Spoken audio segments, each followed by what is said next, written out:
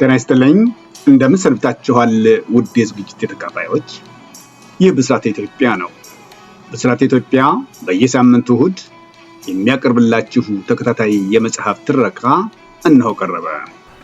ባለፈው ሳምንት በነበረው ዝግጅታችን ጥልማሞት በምዕራፍ 3 ቁጥር 50 ላይ እንደተመለከትነው ሙላት በኮሎኔል ይገዙ ምንዳ ቤት በተነሳው ውዝግብ የተነሳ ከገዛ እናቱ ጋር ሳይቀር በተፈጠረው አለመግባባት ምክንያት ከዛች ዕለት ምሽት ጀምሮ ከቤተሰቡ ተለይቶ ሆቴል ውስጥ አልጋ በመያዝ ከሥራ ገበታው ጭምር በመለየት ከ3 ቀን በኋላ ወደ ቢሮ እንደተመለሰና ካለቃው ከጓድ ስብሃት ጋር ያደረገውን ውይይት ነበር የተመለከትነው።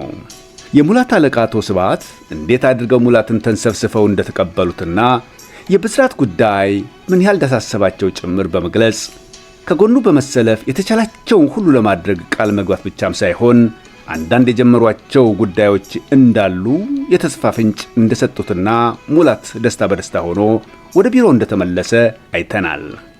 አዎ ሙላት ወደ ቢሮ ሲገባ ደበሳይ ለጥቂት ወራት ለሥራ ጉዳይ ወደ አውሮፓ ከሄደበት ተመልሶ ኖሮ ቢሮው ውስጥ ሲጠብቀው እንዳገኘውና የብስራትን ጉዳይ ለመጀመሪያ ጊዜ በተወያዩበት ወቅት ሙላት የጓድ ስብሃትን አይዞህ ባይነት ሲገልጽለት ደበሳይ በግልጽ ተቃውሞ ባያቀርብም በጥሩ አይን እንዳላየው ያስታውቅበት ስለነበር ሙላት ያለቃውን አቀራረብ በመጥፎ መንፈስ በመተርጎም እንዴት ስሜቱን እንደተረበሸ ነበር ያየነው። ይልቁንም ሁለቱ አብሮ አደጎችና ጓደኛሞች ደበሳይም ከአሳዳጊዎቹ ከነ ኮሎኔል ይገዙ ምንዳ ቤት ወጥቶ ራሱን ለመቻል ጥሩ አጋጣሚ መሆኑን፣ ሙላትም ከሆቴል ኑሮ ይልቅ ቤት ተከራይተው አብረው መኖር ይችሉ ዘንድ ደበሳይ ባቀረበው ሐሳብ መሰረት ስምምነታቸውን በመግለጽ ላይ እንዳሉ ነበር ትረካው የተቋረጠው። በዛሬው ዕለት ደግሞ ጥልማሞት ምዕራፍ 3 ቁጥር 51ን ይዛልን ብቅ ብላለች። በዚህ ዝግጅት ወደ ብስራት እስር ቤት እንመለስና የእስር ቤት ሕይወታቸውን እንዳስሳለን። አዎ ባለፈው ጊዜ እንደተመለከትነው እስረኞቹ ጥሩ መንፈስ ላይ አልነበሩም። ኮሎኔል ዋሲሁን በጋሻው አብዮታዊ እርምጃ ተወስዶባቸዋል። ቁጥራቸው ከ5 ወደ 4 ዝቅ ብሏል። ትረካው ይቀጥላል። ዝግጅቱ ተከታተሉ ዘንድ እየጋበዝኩ አስተያየት ቢኖራችሁ ተቀብዬ ለማስተናገድ ምንጊዜም ዝግጁ መሆኔን ስገልጽ በደስታ ነው። እግረ መንገዳችሁንም ላይክና ሰብስክራይብ ማድረጋችሁን አትርሱ፣ አስታውሱ። ደራሲ ተራኪ አዘጋጅና አቅራቢ ኪዳነ ማርያም ደሴ።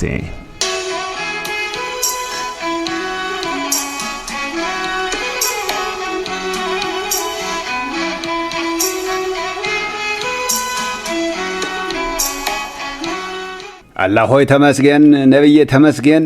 ልታሰደግሜ እወጣ ተሆነ እንደ ለምልሜ መወጣሁ ወረርኩ በይች ደካማ አቅሜ እርዝቅ ከቻለ ይሄው በቁሜ አይዞህ አይዞህ በሉኝ አይንፈጉኝ እድሜ ሀዘላለም ቤቴ ስትመጣ አዝግሜ። አንጉርጉሮ ይከተላል። በመቀጠልም አላህ አቤት አቤት ነብይ አቤት አቤት አላህ አላህ በሉኝ ከራማው አይራቀኝ ካንቱ ጉዳይ አለኝ ያላንቱ ማናለኝ ይሉና ተመልሰው ወደ እንጉርጉሯቸው ይገባሉ። እሱ እንደጨረሱ ወደ ዝየራቸው ይመለሳሉ። አላህ ማያረጁ ነብይ ያላፈጁ ሁሌ እንደፈረጁ አዲያ ምን ያረጋል ሰው በከንቱ ዋሽቶ ቀጥፎ ገሎም ለራሱ ማልበጀ ሲሉ በስሜት ተውጠው በቅምጣቸው የወዘውዛቸውና አንጉርጉሮ ይከተላል። ወደ ዝየራቸው ሲመለሱ ለፉከራ የተዘጋጁ ያስመስላቸዋል።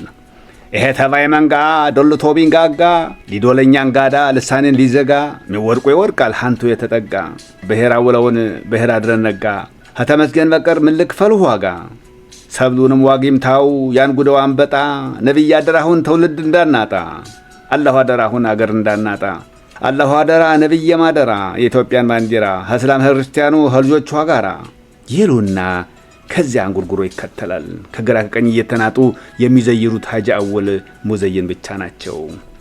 የሀጂ ሁኔታ ውስጣዊ ሰላም የሚሰጠው ለባለቤቱ ብቻ ሳይሆን ለአድማጭም ጭምር ነበርና ሁሉም ይወደዋል።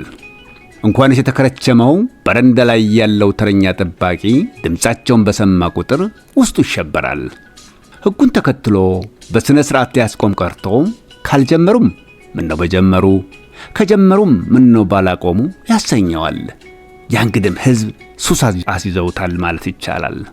እውነቱ ያልጠፋው ሕዝብ አፉ ባይናገር ልቡ ከውስጥ የሚለውን ለራሱ ሲሰማው ደስ ይለዋል፣ ከልቡ ያዳምጠዋል። በአዲሱ እስር ቤት ውስጥ ከቀድሞው የተለየ መንፈስ በእስረኛው ላይ ሰፍነዋል። ሁሉም ከብዶታል፣ ተጫጭኖታል፣ ቁዘማ በቁዘማ ሆኗል። ይህ አይነቱ ክስተት አዲስ ባይሆንም በዚህ ወቅት ይከሰታል ብሎ ያሰበ ሰው አልነበረም።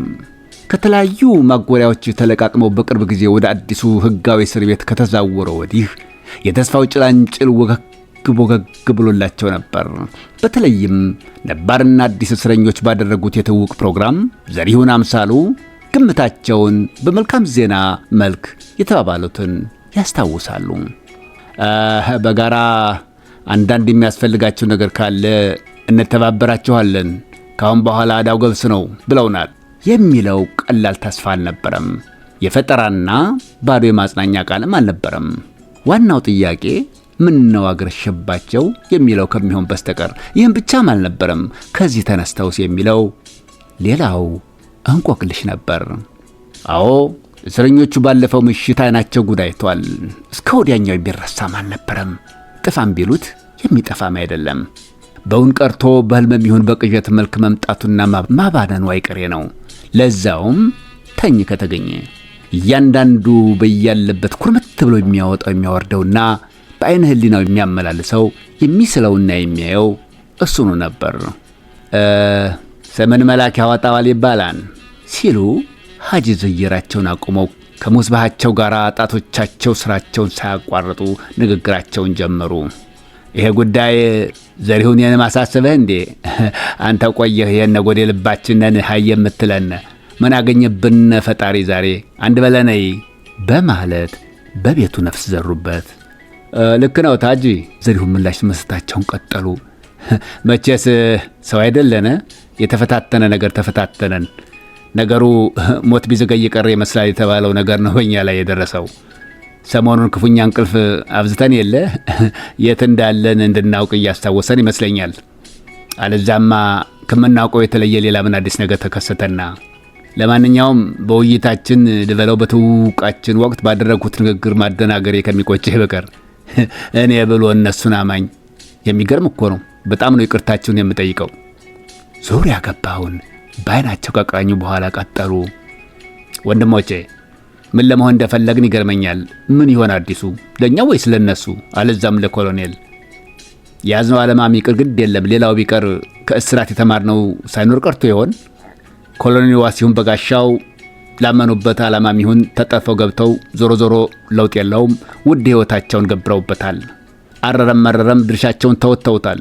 ያውም በአኩሪ ሁኔታ እያንዳንዳቸው እንዳያችሁት ሁሉ ያኔ መሰለ የሞት ሽረት ትንቅንቅ ያፎከራና ሽለላ ትቶት የሚያልፈው ሆደ ባሻነትን ከሆነ ሞትለኛ ለእኔ እንደሚገባኝ ይልቁንም ምንጊዜም ከአእምሮ ሊጠፋ የማይችል መሆኑን ያህል ከዚህ ታሪካዊ ቦታ የመውጣት ዕጣ ፋንታ ለገጠመው ሁሉ ገድሉን ለተተኪው ትውልድ በማሳወቅ ከትውልድ ትውልድ ሊያስተላልፈው የሚገባ የዜግነት ግዴታ ያለበት ይመስለኛል። አገር የምትሞተው በባዕዳን ብቻ አይደለም፣ በእናት ጡት ነካሽ አራሙቻ ልጆቿ ጭምር እንጂ። ደህና ሁል ተለቅሞ አለቀ። ምርቱ እያለቀ ግርዱ እየቀረ ነው። እንክርዳት ተዘርቶ ስንዴ አይጠበቅምና ይቺ ሀገር የወደፊት ዕጣ ፈንታዋ ምን ሊሆን እንደሚችል ሳስበው አምላኬ ያንን ከሚያሳየኝ ከምርቱ ጋር እንደ ጓደኞቼ ሁሉ በጊዜ ቢሰበስበኝ እመኛለሁ። የነገው ኢትዮጵያ እኮ በእነዚህ ሰዎች ላይ ነው የምትታወቀው። እውነት ችላ ቀጥ ብላ ትቆማለች ወይስ ትድሃለች? ወይ ደግሞ ከዛ የባሰ የጥላት መሳቂያ መሳለቂያ? ኦ ማይ ጋድ! እንባ ቀደማቸው። ድምፃቸው ተስረቀረቀ። መቀጠል አልቻሉ። አንገታቸውን ደፉ። ሐጂ ነበሩ የተቀበሏቸው። ኮሎኔል ዋሲሁን እኮ በስተመጨረሻው ያሉትን ብለዋን። ምናልባት ከፍስጭት የመነጫ አነጋገር ቆጥራችሁ ተሆነ ተሳስታችኋን ይመስለኛል። ማስተዋል ያለበት ጉዳይ ሆኖ ስላገኘሁት ነው ማንሳቴ። ይህንን መሳይ ጉዳይ በወጥመድ የተያዘ ሞቱን የሚጠብቅ ጀግና ያላግባብ ባልሆኑ ሰዎች እንዳሁኑ አስተኔ እንዳልሆነ ሆኖ ሲያገኘው ከማለፉ በስተፊት ብሎትም ያልፈነውና ህልባችን ልንጥፈው ይገባናል። ዘመዶቼ የንስሐ ቃል ኃይል አለው። አባቶች ሲናገሩ ተይቀደም አገራችን ጥቁር ውሻው ልጅ ተብላ ተረግማ ታውቃለች ይባላል። ከምን የተነሳ እንደሆነ አስረግጦ የሚነግረን ሰው እርግጥ ነው አላገኘንም። ሆነም ቀረ ግና የእነኝህ ግፎች ጥርቅም ጥዋችንን እያስጎነጨን እንደሆነ ጥርጥር የለውም። ምናልባት በዚያን ዘመን ከጉዳይ የጣፈው ሰው ባለመኖር ይሆናል። ያ ስህተት አሁንም መደገም የለበትም። ኩኒነር እውነቱ ቦታ ሄደዋል። ከሰሞኑ ጭውውታቸው እንደተረዳነው ግና ከአጤ ኃይለ ሥላሴ ዘመን አንስተው ለይህች ሀገር ዕድሜ ልካቸውን በረሃ ለበረሃ ሲንከራተቱና ደፋ ቀና ሲሉ ከመኖራቸውም በላይ እውነትም በንግግራቸው ላይ ደጋግመው የሚቆጨኝ ሲሉ እንደሰማናቸው እኔ እንኳ የዘመኑ ንግግር አይገባኝም፣ ቢሆንም ግና ከመሬት ጠብ የሚል አልነበረም። እንኳንስ ለህ በቅተው ያነዚያውን ቆየ አንጀቴን የበሉኝ። እስቲ አግዘኝ አንተ ሆየ፣ ባይሆን በሂስቲ እንዘከራቸው ሲያልቃ ያምር በማለት አቶ ዘሪሁንን ጠየቁ። ምን ከፋኝ ሀጂ? ዘሪሁን ቀጠሉ። አዎ ኮሎኔል የሚያሳዝኑ ሰው ነበሩ። አገራችን የእሳቸው አይነት ያልታደሉ ልበል ወይም ሌላ እንጃ ብቻ፣ ነገር ግን ጥቂት ጀግኖች በዚህ መልክ ሲያልፉ እያየን ነው። ሁላችሁም እንደምታስታውሱት ሀጂ እንዳሉት የሚቆጨኝ በማለት በተደጋጋሚ የተናገሩት ቃል እስካሁን ድረስ በጆሮ ያቃጭላል። እስከ ሞት ድረስም አብሮኝ የሚዘልቅ ትውስታ ነው የሚሆነው።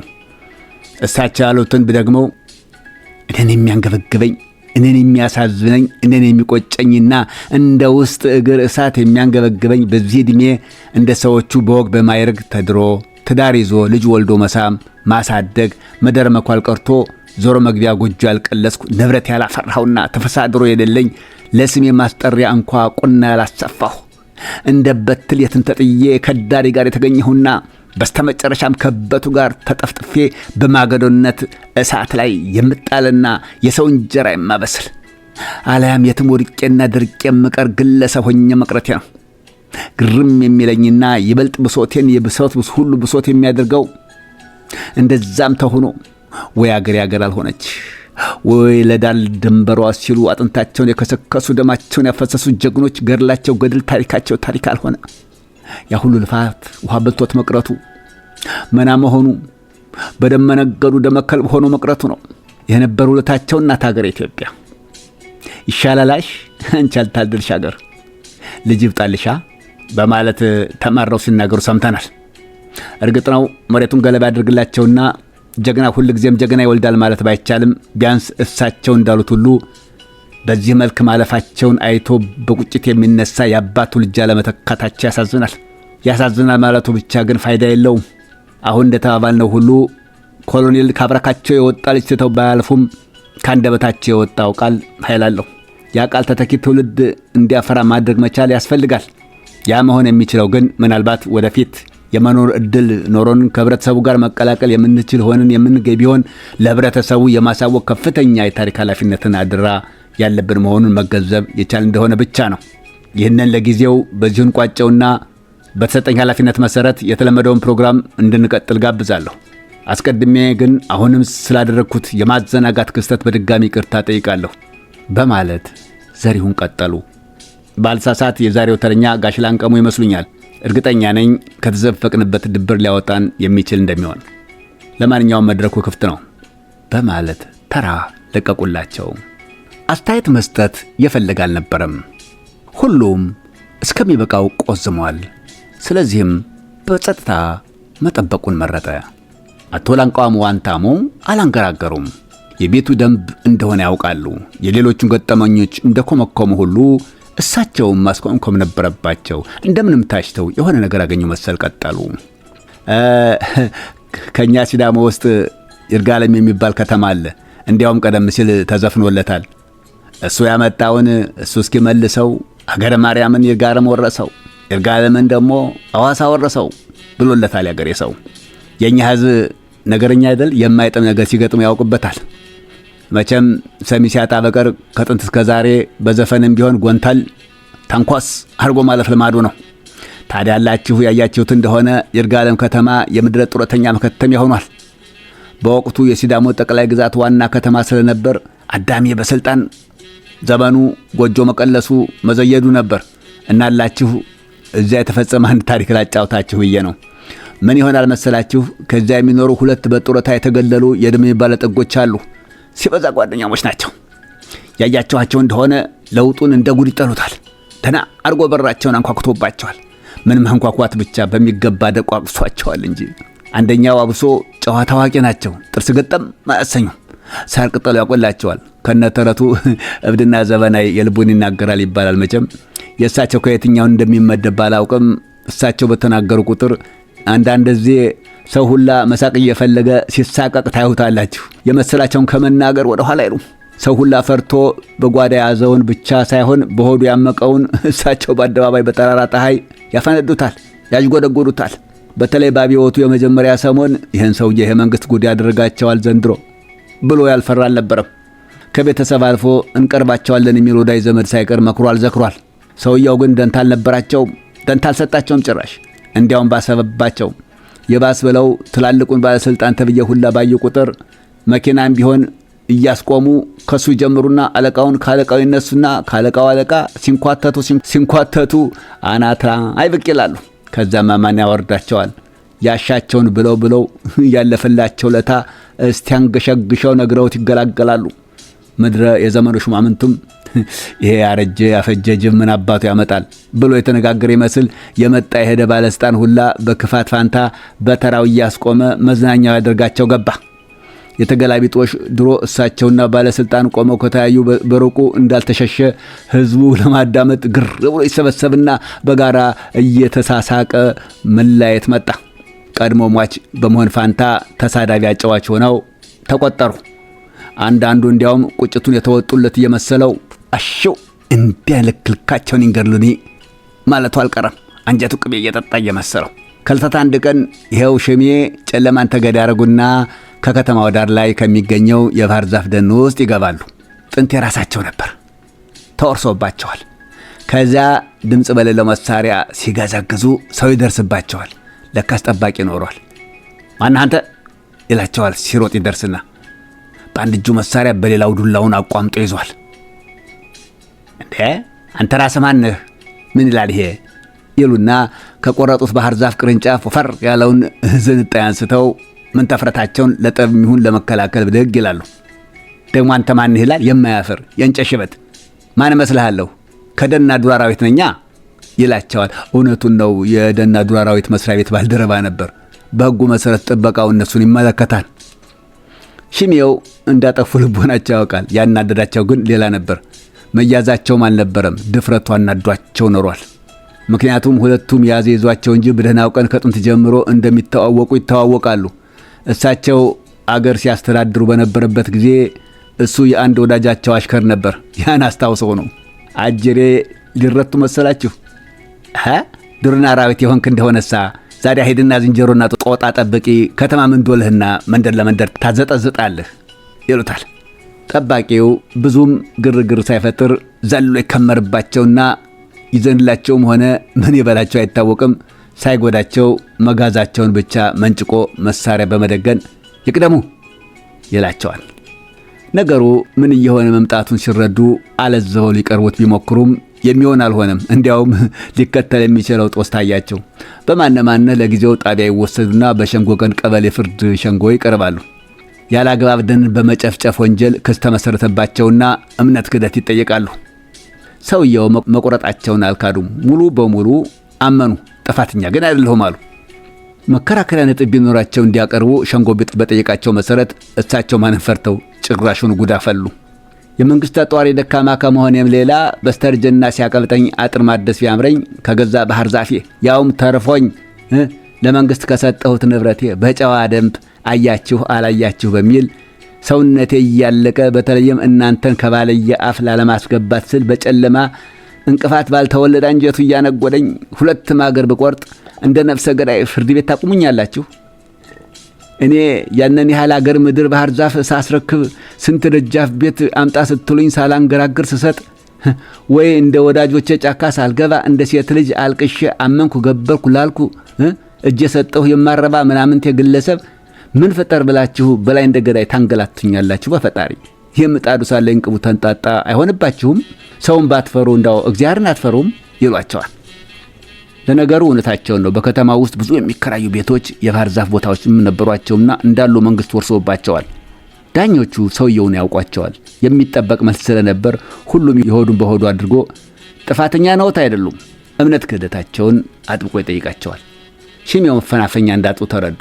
የኔ ልጅ አሉ ወደ ፍርድ ሸንጎው ሰብሳቢው አተኩረው እየተመለከቱ። ሰብሳቢው መደበኛ ስራው አስተማሪ ነው። ለነገሩማ እንኳን ሰው እግዚአብሔር ጥንቱን ፈርዶብን የለ እንዴ? ሰው ነኝና እንደ ስጋ ለባሽነቴ ከምሳሳት በቀር። በትካዜ ተዋጡና በሐሳብ ነጎዱ። ስለዚህ ጥፋተኛ ነውታ? ሸንጎው ድጋሜ ጠየቀ፣ አመላልሳቸው የተንሻፈፈ ስለመሰለው። ጌቶች አልሆኝ እኮ አልሰማችሁኝም መሰል። እንኳን እናንተ አጠገባችሁ ያለ አንቀጽ ይደግፋችኋል። ደኑን መጨፍጨፌ አግባብ አልነበረም፣ እግዚአብሔሩም አይወደውም ሲሉ አረጋገጡላቸው። የትኛውን አንቀጽ ነው የሚጠቅሱት? በማለት የቀኝ ዳኛ ግራ በመጋባት ጠየቀ። እሳቸው በእጅ ምልክት ያሳዩትን መጽሐፍ ቢመለከትም እየተጠራጠረ፣ ሽሜው ጊዜ ሳይሰጡ ፈጠን ብለው ወደፊት በመንደርደር ይሄናዋ ደጉን መጽሐፍ ከጠረጴዛቸው ዳር ላይ ያስቀመጡትን መጽሐፍ ቅዱስ አፈፍ አድርገው አንስተው በማሳየት ተሳልመው ወደ ነበረበት መልሰው አስቀመጡት። ሸንጎው በጊዜው አገሪቱ ከምትከተለው ማርክሲስት ሌኒኒስት ርዕዮተ ዓለም ፍልስፍና የተነሳ በአደባባይ እናምንበታለን ማለት ባይችልም ቃለ መሐላ የሚያስፈጽምበት ስለነበር ብቻ ተቀምጧል እና እዚህ ውስጥ ደንና ጨፍጭፍ የሚል አለበት፣ ባይሆን አትስረቅ፣ አትግደል የመሳሰለው አለበት ሲሉ በልጅነቴ ከአንዳንድ ሰዎች የሰማህ ይመስለኛል። ምናልባት አባባሉ ለእንጨትም ይሰራል ካላሉ በስተቀር አባት አለ የመሃል ዳኛው በፌዝ መልክ። አውቃለሁ ማለቱ ከተላለሁ ከሚለው የዘመኑ ፍልስፍና የሚያራርቀው ወይም ትዝብት ላይ የሚጥለው አለዚያም ተራማጅነቱን የሚፍቅበት መስሎ ስለታየው እኮ ነው። አቤት አቤት!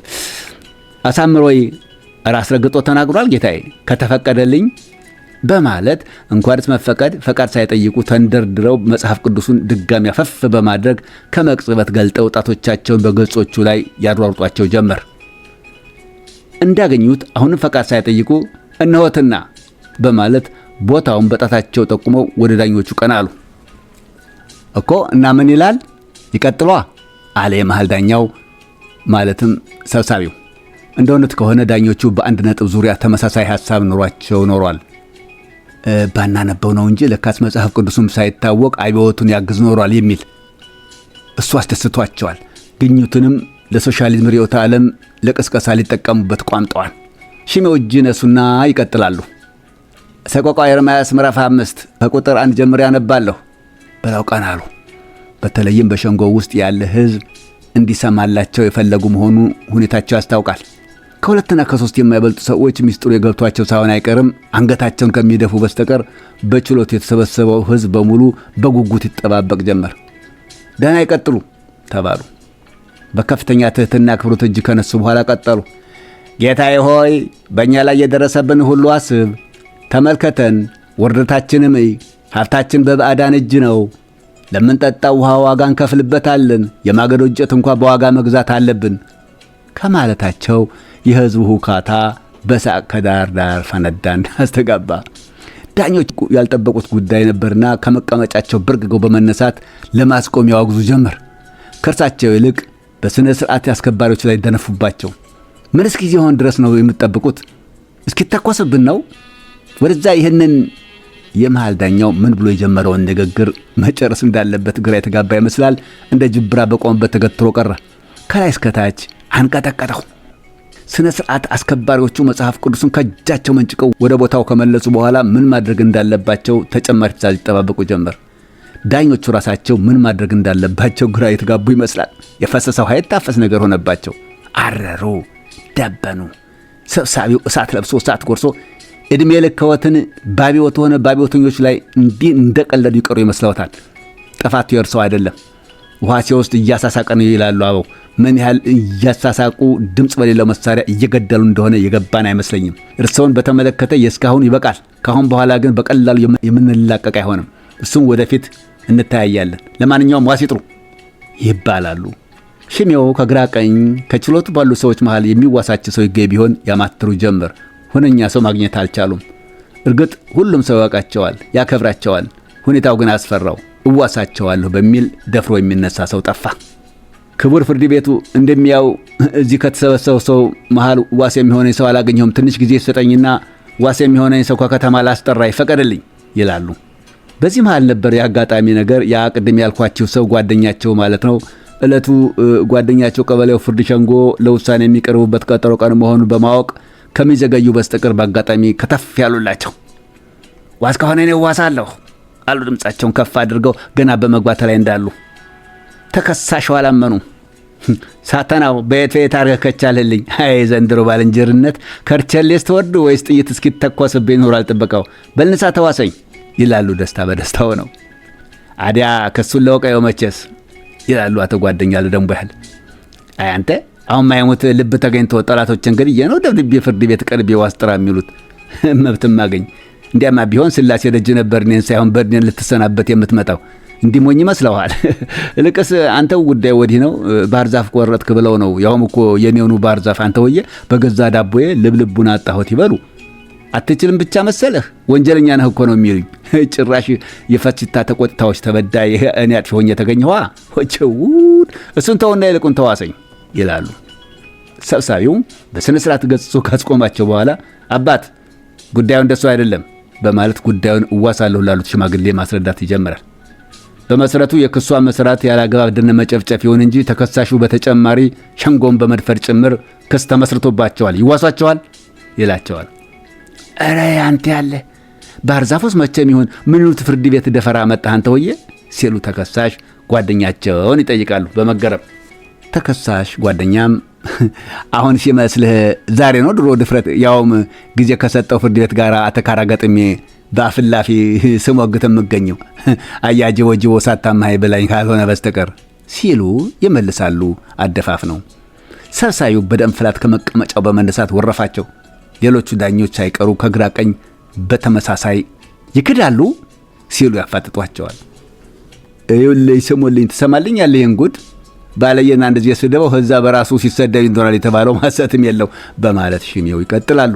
ይሄ እኮ የሆነው አሁን በተከሰስኩበት ጉዳይ ፈጣሪ የተናገረውን ቅዱስ ቃል ከመጽሐፍ ቅዱስ ሰቆቃወ ኤርምያስ በምዕራፍ 5 ቁጥር ላይ ዋቢ አድርጌ በመጥራቴና በአደባባይ በእነሱ ፍቃድ በማንበቤ እኮ ነው። ሌላ ምን አለው ብለህ ነው ባልንጀራዬ ይሉና ጉዳዩን ዝርዝረው ይነግሯቸዋል። ጓደኛቸው ራሳቸውን ይዘው በርከክ ይላሉ በድንጋጤ። ቀጥለው በስመ አብ ወልድ መንፈስ ቅዱስ አሐዱ አምላክ አበስኩ ከበርኩ ምንኛ እግዚአብሔር አውጥቷል የኔ ወንድም ይላሉ ሽቅብ ጓደኛቸውን እየተመለከቱ። በዚህን ጊዜ ዳኞቹ ሳይቀር አንጀታቸው ቅቤ የጠጣ መስሎ ታያቸውና በስምምነት አንገታቸውን ይነቀንቁ ጀመር። ይበቃሃል እንጂ የኔ ወንድም በማለት ከተንበረከኩበት በመነሳት የማያዛልቅ ጸሎት ለብራቅ ይሰጣል ይባላል። አሳይቶ መርኋሌ አንተስ ብትሆን አብዳሃል፣ ሰክረሃል፣ ከሰይጣን ፊት መጽሐፍ ቅዱስ የምትገልጥ በማለት ድምፃቸውን ከፍ አድርገው ወደ አደባባይ ጭምር ፊታቸውን አዙሮ ሐዘኔታቸውን ይገልጻሉ። በሸንጎ የተሰበሰበው ሰው ከበፊቱ በባሰ ሁኔታ በሳቅ ፈነዳ። በእንባው ይታጠብ ጀመር። ከቁጥጥር ውጭ ሆነው ደርቀው የቀሩት ዳኞች ብቻ ነበሩ። ምን አለፋችሁ ሰብሳቢው ሌላ እንዳይከተል የሰጋ ይመስላል። ተከሳሹን ጥፋተኛ ሆነው አግኝተናቸዋል በሚል በ300 ብር ቅጣት እንዲቀጡና መክፈል ባይችሉ በ3 ወር እስራት እንዲቀጡ ሲፈርድባቸው ጓደኛቸውን ደግሞ ፍርድ ሸንጎን ያላግባብ ደፈሩ በማለት በያዘው መዝገብ የ50 ብር መቀጮ እንዲቀጡ ወስኖ ፋይሉን ብቻ ሳይሆን ስንትና ስንት ባለ ጉዳዩ ሳይታይለት ለሚቀጥለው ሳምንት ተቀጥራቸዋል በማለት አሰናብቶ ችሎቱ ዘግቶ መዝገቡን ወደ መዝገብ ቤት መለሰው። ዘመዶቼ ለዛሬ ይበቃኛል፣ እናንተም ይበቃቸዋል በማለት ላንቃሞ ዋንታሞ ገጠመኛቸውን በጠባቧ ሰዓት በጠባቧ እስር ቤት ለሚገኙ የእስር ቤት ጓደኞቻቸው አጫወቷቸው። ይቀጥላል።